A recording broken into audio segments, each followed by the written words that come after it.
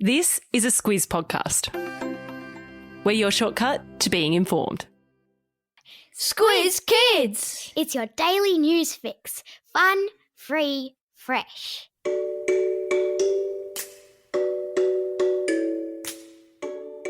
Hello and welcome to Squiz Kids, your fresh take on what's happening in the world around you. I'm Bryce Corbett. It's Tuesday, March 23. In Squiz Kids today, spiders, snakes and surfing cows in New South Wales floods.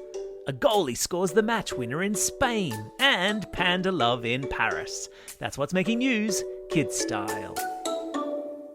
The Lowdown. Just when you thought things couldn't get wetter in New South Wales and Queensland, 3 weather systems are crashing into each other, bringing more rain, wind and rising floodwaters in an emergency that's been described by some experts as the worst they have ever seen. A low-pressure system off the east coast of Australia was last night expected to bump into a band of clouds steaming down from the northwest of the country, dumping more water into already swollen river systems. Yesterday, an estimated 18,000 people up and down the east coast of New South Wales were evacuated as rivers from Coffs Harbour down to Sydney struggled to contain the water pouring into them. Some parts of the state have received a month's worth of rain in a matter of days. More than 300 schools across New South Wales will be closed again today, mostly in the mid-north coast region of the state. And while rescuers were kept busy yesterday and overnight, making sure humans were all safe and accounted for, there have been stories of animals getting caught up in the flooding. One cow was rescued from the surf at Old Bar Beach near Taree at the weekend, having been swept downriver and out to sea. Also escaping the floods were spiders and snakes, with reports our 8-legged friends were appearing in swarms in some towns in New South Wales, climbing up fences and walls, and in some cases, even up people's legs. Ew. There are links in today's episode notes to the New South Wales Schools app with updated info on which schools are closed today, as well as links to videos of cow rescues and spider swarms. Stay safe out there, people, especially with that whole spider thing going on.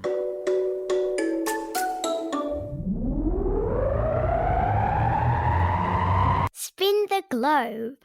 Each day we give the world globe a spin and find a news story from wherever it stops.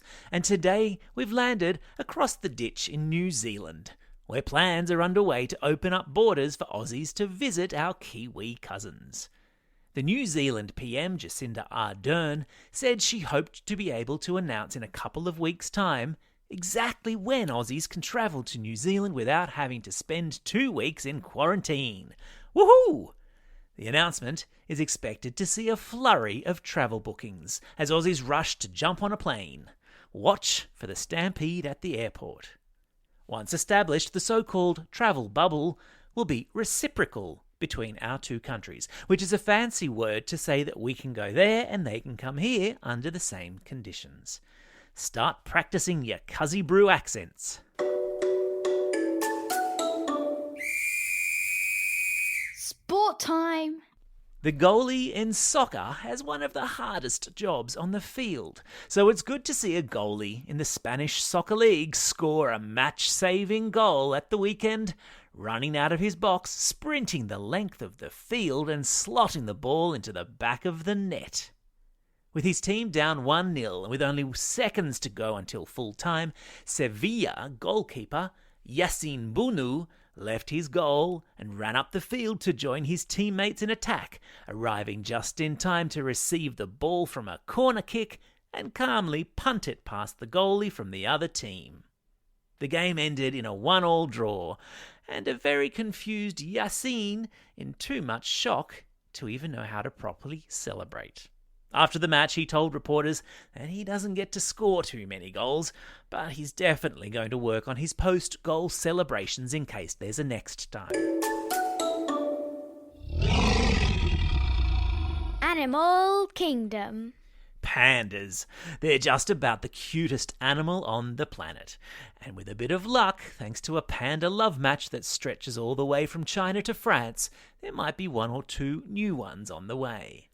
A A female panda called Huan Huan was flown from her home in China to a zoo in Paris earlier this month to meet up with Yuanzi, a male panda, in the hope they might get along well and decide to become mum and dad to some baby pandas.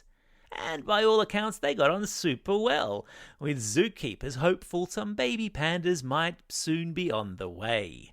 Well, they don't call Paris the city of love for nothing. There's a link in today's episode notes to the Smithsonian Zoo website Panda Info page, with some really cute video of pandas. But be warned, you will melt. Q&A call out. Why did the chicken cross the road? Because it didn't want to miss out on sending its favourite joke in to Treehouse author extraordinaire Andy Griffiths to judge the best joke in Australia. Andy's got a new book coming out, the Treehouse Joke Book, and he's going to field your funniest jokes and give away a prize to the best one in an upcoming special Squiz Kids Q&A.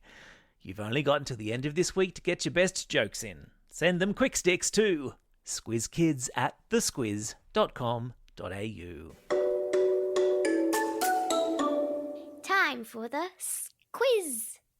This is the part of the podcast where you get to test how well you've been listening.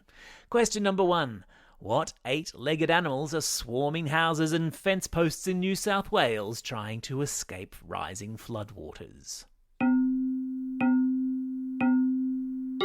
That's right, they're spiders. Question number 2. Which country looks set to establish a travel bubble with Australia? Yeah, it's New Zealand. Question number 3. What sort of animal is Huan Huan, who travelled from China to France to meet her new boyfriend? That's right, she's a panda.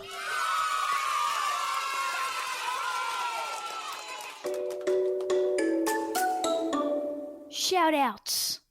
It's March 23, World Meteorological Day, where we're encouraged to stop and think about how important weather forecasts are to our lives. And let's face it, given what's going on in New South Wales today, it couldn't have fallen on a better day. It's also a special day for these Squiz Kids celebrating a birthday today.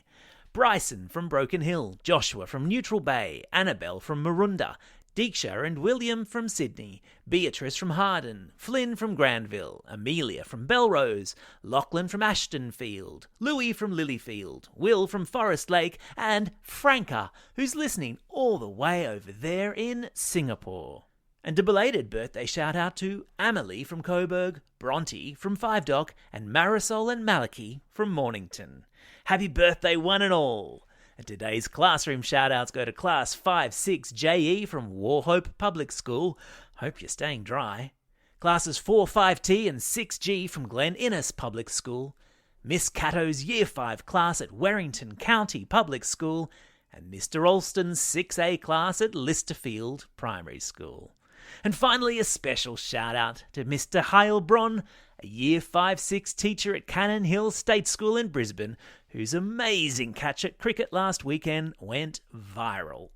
And yes, of course, there's a link to video of the catch in today's episode notes. How's that? Don't forget, if you've got a birthday coming up and you'll want a shout-out, or if you're after a classroom shout-out, drop us a line at squizkids@thesquiz.com.au. Well, that's all we have time for today. Thanks for listening to Squiz Kids. We'll be back again tomorrow. In the meantime, get out there and have a most excellent day. Over and out.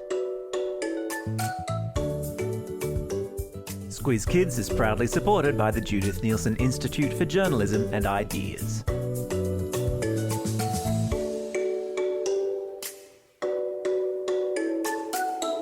Squiz Kids! It's your daily news fix. Fun, free, fresh.